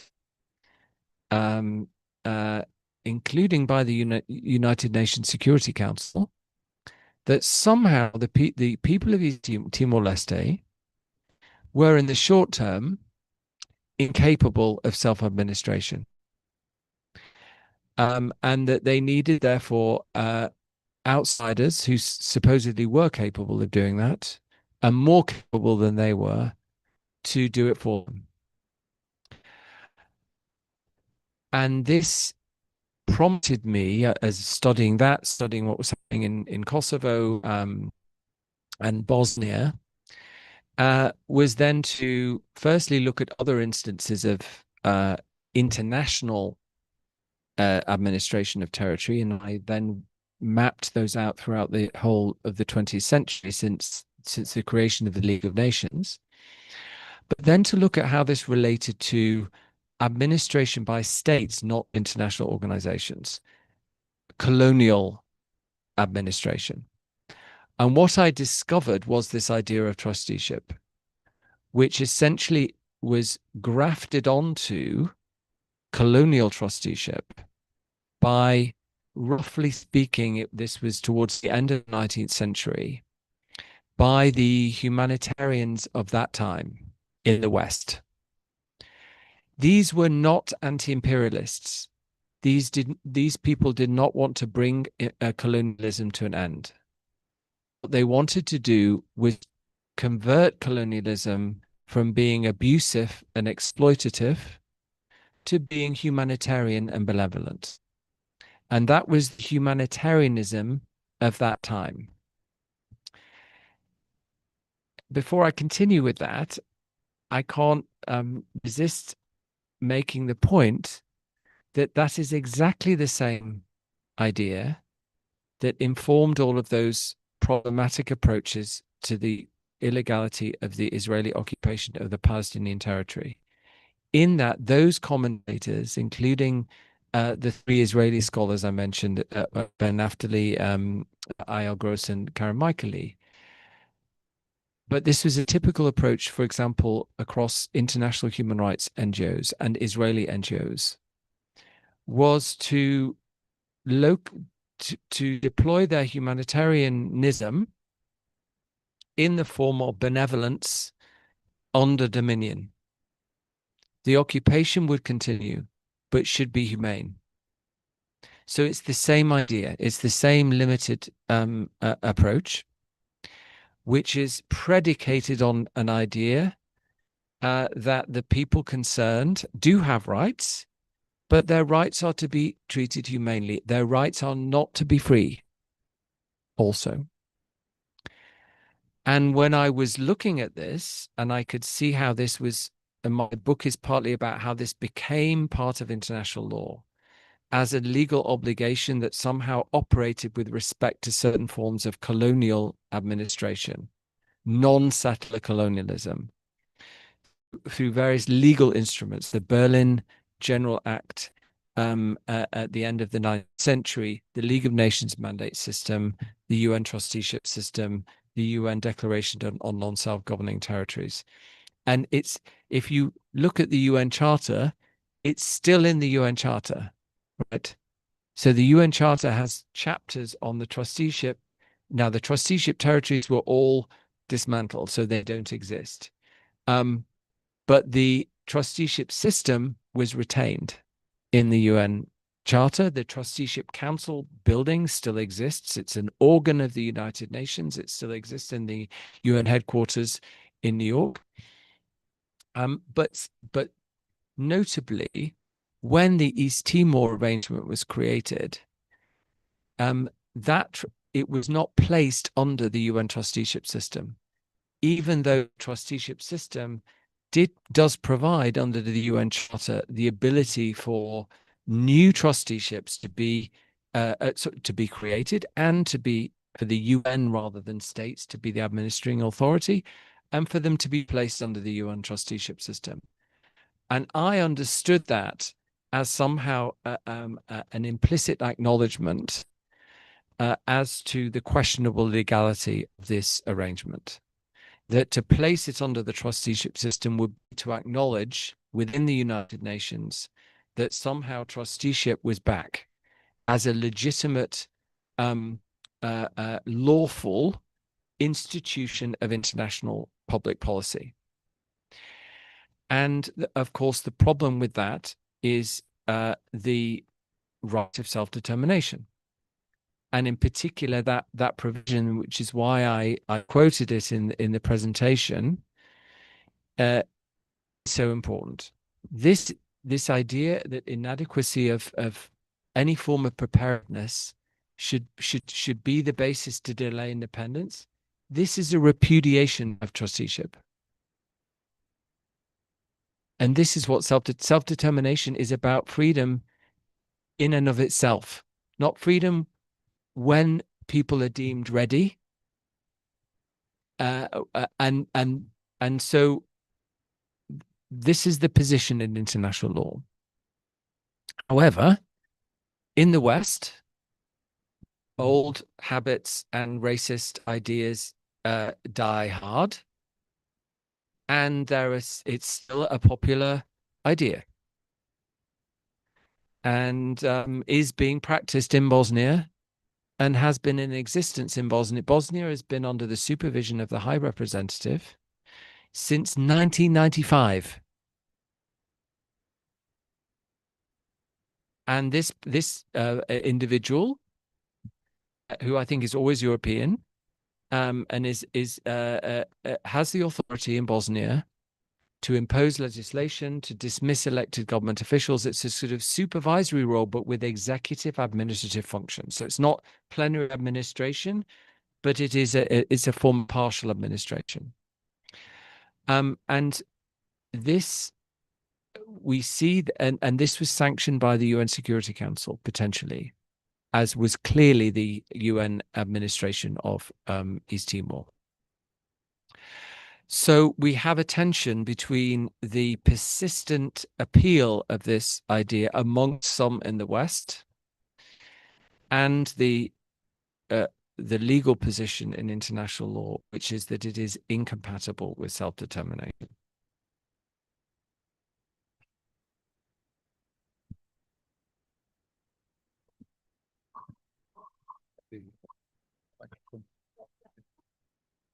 Question.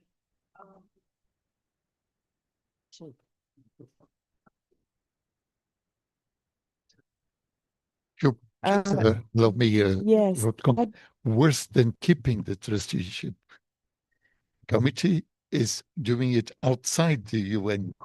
Well, this is the, so sorry if I can just respond to that, right? So when trusteeship was not illegal, which basically it became illegal with the emergence of self-determination after the Second World War. So at the very moment that the UN Charter was adopted, which contained these arrangements, actually customary international law changed in order to render them unlawful. So the UN Charter is sort of anachronistic in that sense from the moment it's adopted.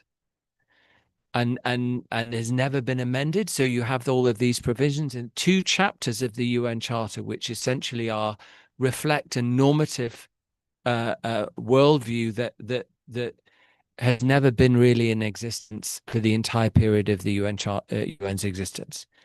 But when it was lawful, the idea was, the humanitarian idea was it needs to be subject to this trusteeship obligation. In other words, colonialism, people are incapable of self-administration, therefore they deserve and they need this foreign administration. But in any system of domination by the powerful over the powerless, there's this obligation of trusteeship. A trusteeship, imagine the relationship between a parent and a child. The parent exercises dominion over the child. The child is not free. Why? Because they're a child. Why is the adult exercising power over the child? Because they're the adult. But it's a particular relationship of power. So trusteeship is conceiving that power to be not abusive, but care. That's trusteeship. So it's a particular conception of a power relationship. And it's 2 ideas, care and improvement. And then, so the parent looks after the child because the child can't look after itself. And the parent enables the education and development of the child so that the child can attain maturity and then look after itself. But because of the power imbalance, there's a clear ability for abuse. And therefore, there needs to be guarantees of that the trusteeship obligation will be complied with. That's why we have laws protecting children from abuse from their parents or anyone in an abuse power situation. In that situation, there needs to be not only an obligation not to abuse power, but a means of accountability or enforcement to ensure that that obligation is discharged. And that's where the Trusteeship Council comes in. So eventually, in the evolution of this norm of trusteeship, not only was the norm adopted in international law, mechanisms to enforce the norm were created. So for the League of Nations mandate system, there was the Mandates Commission. Individuals in mandates could petition the Mandates Commission to complain about conditions in the mandate. And that was essentially the role of the Trusteeship Council in the United Nations, was to exercise accountability and scrutiny of the conduct of a trusteeship. Of course, the paradox is, if trusteeship is not regarded as legitimate, then the accountability mechanism cannot be in operation. You get this. You get the as it were the. I don't know whether it would be right to say it's the worst of both worlds, but you get the actual continuation of trusteeship, in fact, but through the Security Council, not with the same kind of accountability. Individuals couldn't, make complaints without the revival of the accountability mechanism. I think that what we have to remember, though, finally, is that there are other human rights law, the other thing that supplanted all of this in the period since the UN was created is international human rights law. And international human rights law for some states, including all the states of the Americas and European states, have mechanisms of international accountability, the Inter-American Human Rights Commission and Court, the European Court of Human Rights, and then the UN treaty bodies.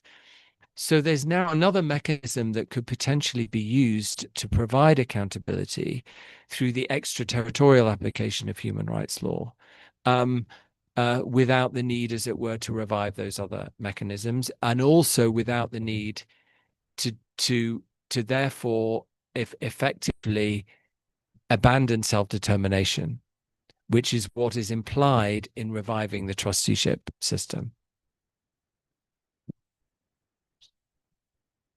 Yes, well, I understood the groundbreaking nature of the ICJ 2024 advisory opinion. I believe I have.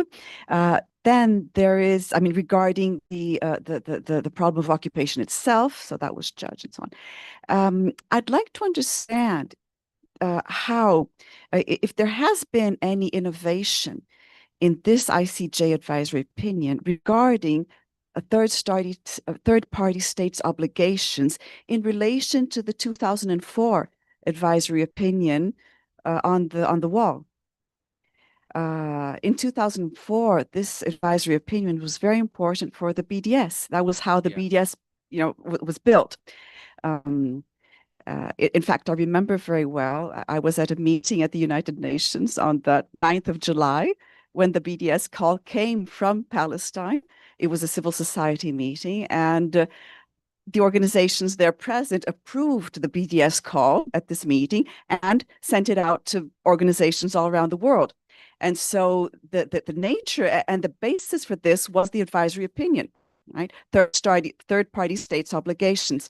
So in 2024, this part of the advisory opinion, did it innovate in regard to the 2004, or is it basically the same international law principles that were again reiterated, reused to affirm or reaffirm third-party states' obligations?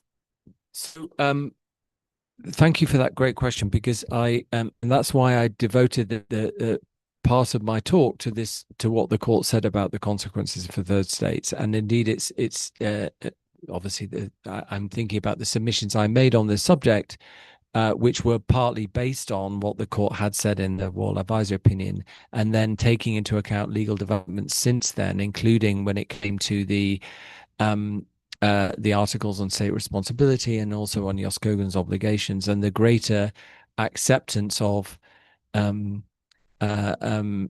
erga omnes, the concept of obligations erga omnes in Jos Kogan's, and what the idea of fundamental legal obligations, which have those two consequences, erga omnes Jos Kogan's, but also have special consequences if they're violated for third states. I think the main significance is that with the Wall Advisory opinion, it was always possible to somehow muddy the waters by saying, but the court has only said this about the wall, so how do we implement something that's only specific to that, the illegality that's linked to the wall, whereas in what we have now is an iteration of this of the palette of obligations that I outlined vis-a-vis the occupation generally. And it's important that you mention BDS, because unfortunately there is the idea that somehow BDS means boycott, divestment, sanctions. And this is the Palestinian civil society initiated and led initiative call to all other actors in response to the situation in Palestine. And it's important, therefore, to acknowledge that this whole idea has its origin in Palestinian leadership and Palestinian civil society. And as it were, international law has kind of caught up with that and not used those words. And this is where I think words don't make a difference. Often they do. And then sometimes they don't, right? And essentially, this is a BDS advisory opinion. And the General Assembly resolution in some ways goes even further than the advisory opinion. It's BDS, right? And don't let anyone say, and I hear this all the time, people say, oh, well, of course I'm against boycotts, but I'm in favor of international law, and whatever states have to do, right, is appropriate, but we're not boycotting. This is a complete mistaken distinction in this case. And obviously for political reasons, individuals or states want to be able to somehow make that distinction. It has no legal basis. And call it BDS or call it third state responsibilities, essentially you're having to deal with the same situation. And what is significant then is it's been, as it were, authoritatively confirmed twice by the World Court and backed up by the General Assembly as applicable to the OPT.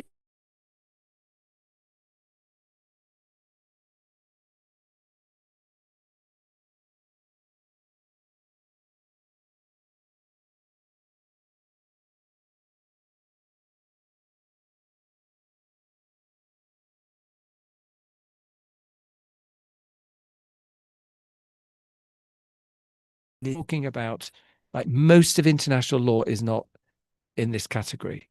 We're only talking about the right of self-determination, the prohibition of aggression, the prohibition of genocide, the prohibition of racial discrimination in general, and apartheid in particular, the core rules of international humanitarian law, which include the prohibition of implanting settlements on occupied territory, and the prohibition of slavery. That's it. These are the fundamental rules of international law that have this special jus cogens and erga omnes status and give rise to these special BDS obligations. Israel is violating all of them, apart from, as far as I know, slavery, but maybe even that in terms of the way that foreign laborers are treated in Israel. But that's not. So I don't want to definitively say that's not the case. It's just something I haven't looked into, and it's because of that. And it's of course, Western states find this very easy with Russia and Ukraine, for example. And they talk about their actions with respect to Ukraine, which are BDS actions in terms of a response to aggression, and aggression is a fundamental norm of international law, and therefore these exceptional measures are taken. That's it. That's the idea. The exact same idea.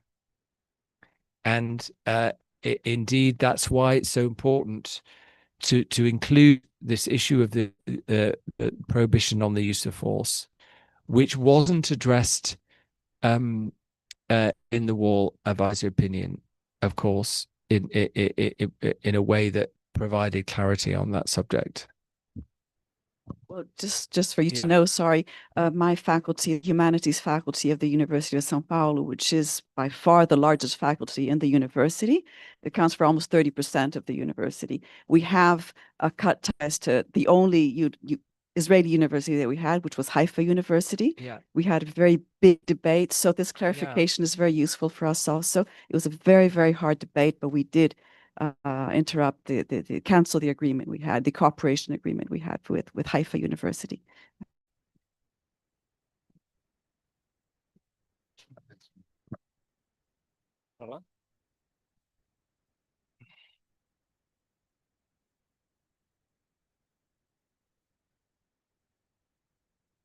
Well, hello, I'm Julia Walter, and first of all, wanted to thank you for this enlightening lecture. I've always seen conflict as something really more political, or maybe in a militant way, we might say, and having heard this such technical and actually involving law, international law, regarding the conflict was really, really enlightening. So thank you for the lecture, and also thank Professor Gazella for this incredible opportunity.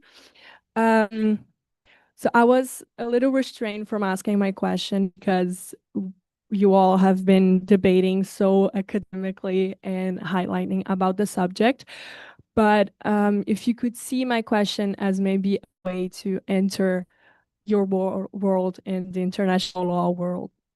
As a first year student, I'm really captivated by public international law and etc. But I feel that especially in Brazil, we don't see exactly what opportunities we have, or what's the path that we need to take to make sure that we enter the international law world. So as an academic, as a professor, and as someone that has clearly succeeded, we might say, in this area, what would be your advice for me as a first year student for being able to enter this world properly? What should I do during college for to make sure that I can actually do what you all do? So very nice to meet you. And it's great you're interested in international law.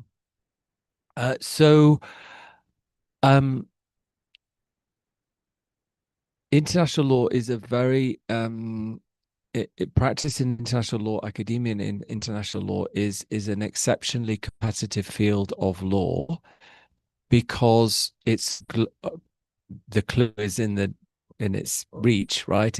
Because it's a global field. There are experts in it everywhere in the world, right? So if you're working on a particular subject, right, in international law, if you were doing it within the area of Brazilian law, there would only be people within Brazil that you might have to work with and see as your colleagues. In international law, it's global. So don't be intimidated by that. When I was a student, I was told basically it's impossible to get to do anything, and it's so hard to get into. It's so competitive. Don't bother. So I'm not saying that, but what I am saying is, I do remember asking one of my tutors your question. And I said, oh, what can I do, like voluntary work, or maybe I can do like extra experience, to gain experience.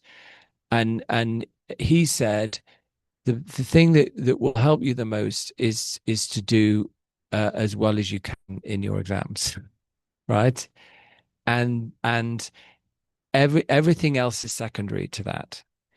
Now, of course, if you need to work, if you need to make money as students, that's a different proposition, right? And if that's the case, then if at all possible, try to marry your need to earn money with some kind of experience that will help you in your career. But outside of that, the most, and it's a thing you would expect your professor to say, right? Which is, do studies, right? But it is going to be first and foremost the thing that that matters. And then I would say that international law is one of the challenges in international law, is that in my lifetime, not my lifetime, my adult lifetime, which is sort of 30 years plus, international law has gone from being a relatively discrete set of issues that you could reasonably study and know, and you could read all the main cases when I was studying it, which is now seems fantastical, right? And it's ballooned into this hugely dense, wide-ranging, very of great depth field in many areas of human activity. In fact, all areas of human activity, one might say. And there are fields of international law which, when I was a student, were in the really just the odd case here or there.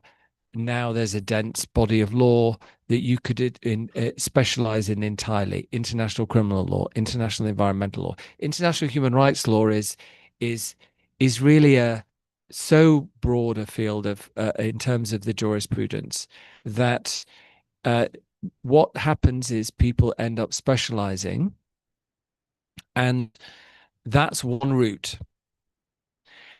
What I would say is that if you're thinking about that, and so then you're thinking about the things that interest you, is, as perhaps was illustrated in my presentation today, actually it's rarely possible to deal with any particular issue through the lens of one area of law in international law. You normally have to deal with the intersection of many different areas of law. So I mentioned, I mean, in terms of the formal sources of international, the different fields of international law that are implicated in what I presented, it would be the law on the use of force, the law of armed conflict, the law.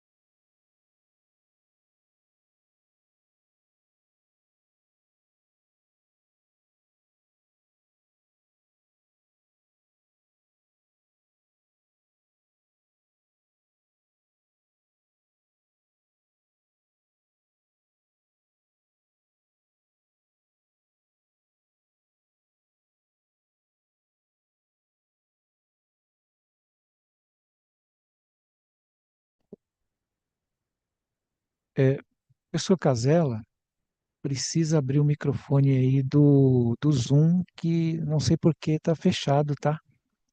No programinha do Zoom aí no monitor. Eu acho que caiu o Zoom e voltou. Obrigado. Pode Eduardo. falar que agora está funcionando. Obrigado. So I had the pleasure to attend your lecture at Rio at Casa Rui Barbosa, right before the publication of the opinion, right? So it's a pleasure to hear you again when your arguments presented there were considered by the court and reproduced in the opinion, right? So I'm just right now beginning my PhD here at USP under the supervision of Professor Casella on the theme of reparation for collective rights violations under international human rights systems. So I'm curious and researching about how these organs like the Inter-American Court and the Inter-American Commission, for example, can face these challenges like the colonial reparations, for example, and this kind of naturally collective violations, right? So I have a curiosity, I have a lot of questions, but I'll summarize in just one. Taken as an example, the procedure, the interstate procedure that the Palestine brought against Israel in the Committee of Racial Discrimination, right? So it was a procedure that took place in parallel with the court procedures. So they didn't had a dialogue between themselves. So I would like to hear what's your opinion about the procedure? And for me, it's really clear that it had a lot of limitations, right? So it was kind of a conciliation procedure and didn't have sure the committee in general doesn't have a judicial nature, but this procedure in specific was even more conciliatory, right? So for me, it summarizes really well the limitations that we have right now in the international system regarding this kind of collective violations, right? So I would like your opinion. How can we develop it further? How can we guarantee that these organs, they can face better this kind of challenges when they are faced with these violations that are collective in nature? We are talking about apartheid, we are talking about reparations for colonial process.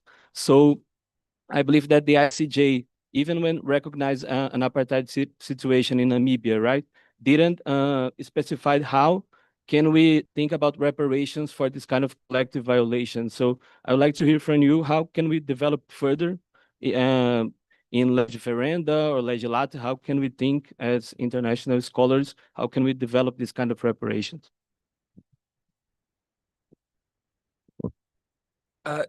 Thank you. So it's a great question. And of course, the advisory opinion also dealt with, I mean, I didn't cover it in my presentation, but we did address the issue of also of the reparations that flow from the illegality of the occupation.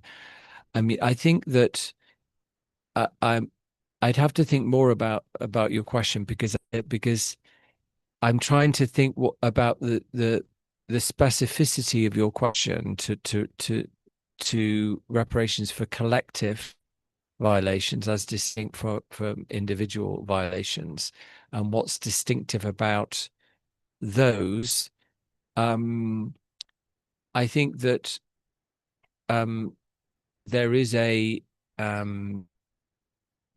general tension with all forms of reparations and accountability. So now I'm in a sense avoiding your question because I'm struggling to think of something that's specific to collective reparations. So forgive me for that. But I think that the global system is in tension in general with the very idea of international determination of illegality, and because of course there's, you know, reparations only come once there's been a determination of illegality, right? So it's a two-part process, and that process in general, international remedies, is under great strain, and indeed I think does raise the question as to the commitment that states have actually to this process, as distinct from making commitments that are binding in international law, but which don't face the prospect of being ever adjudicated and enforced.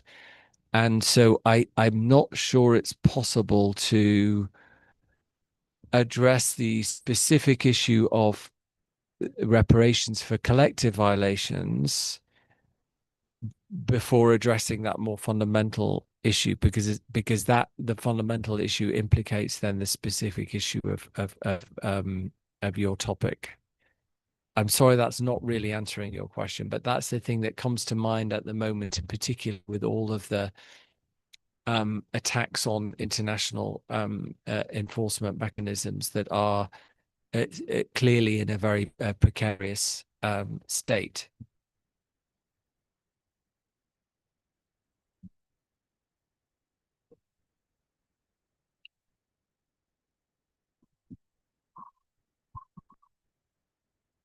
There's not other question. Maybe just to add, it's sure it's a challenge, right? So that's why I talked about thinking in legiferenda and legislata, because maybe we have to develop further, right? Some mechanisms. And I'm also thinking in this procedure about the procedural representation, right? Because we had interstate procedure, and maybe it would be interesting to have some kind of mechanism for the Palestinian people itself to manifest itself in the procedure, because in this example we had the interest of the Palestinian state was the same of the Palestinian people, but it won't happen always, right? So, for example, you talked about the Inter-American Court, Inter-American Commission. Here in the American continent, we developed further from the traditional diplomatic protection procedure that we had in the past, but we still have this kind of issue, right? We deal well with procedures regarding individual interests, the individual can represent itself in the Inter-American Commission and later in the court. But we don't have this kind of procedural mechanism for representation of collectivities, right? If we are talking about procedures in climate change, we have in some really specific cases as indigenous people, for example, but other kind of collectives, minorities in religious sense, linguistic sense, or ethnic sense, doesn't have this kind of possibility of representation. So just reading the procedure and its limitations made me think about these questions. So one thing to point out, which is reflected in a way in how I explain how I came to be involved as the legal counsel for the League of Arab States in the 2024 advisory opinion case, is that I was nominated to that to serve that position by the Palestinian human rights NGO Al-Haq, and I had the great privilege for them to nominate me to do that, and they essentially they decided that they agreed with the view that I'd taken in my academic publications, and they wanted therefore that view to go to the court. So you can see there one particular example of an NGO initiated process to take a particular view to the court, which then had to go to the court through the parties who are allowed to make submissions to the court, which are not NGOs. So it had to go through an international organization, the League of Arab States, but actually had its origins in a position taken by an NGO. Likewise, in many cases, and without disclosing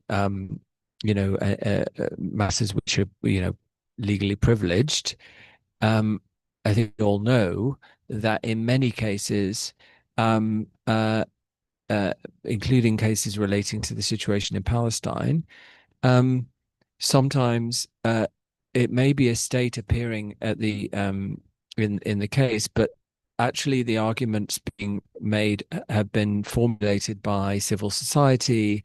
It may even be members of civil society who are part of that legal team, and therefore things are not what they seem in terms of only looking at the formal rules about who can participate.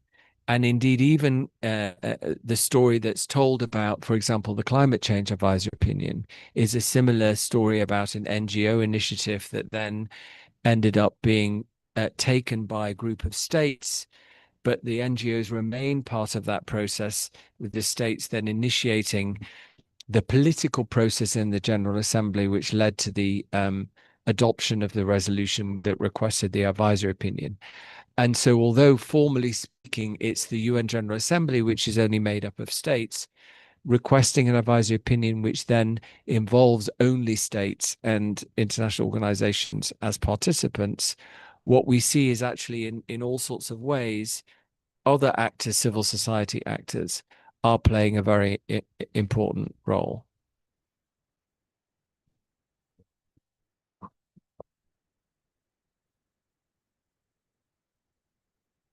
Thank you so much, Professor Halffield, for being with us today and bringing your views and presenting these comprehensive and profound reflection on these challenging issues of international law, and for the world at large as well. So thank you so much, and hope to see you soon again with us. And thank you also. Muito obrigado a todos também pela presença e participação.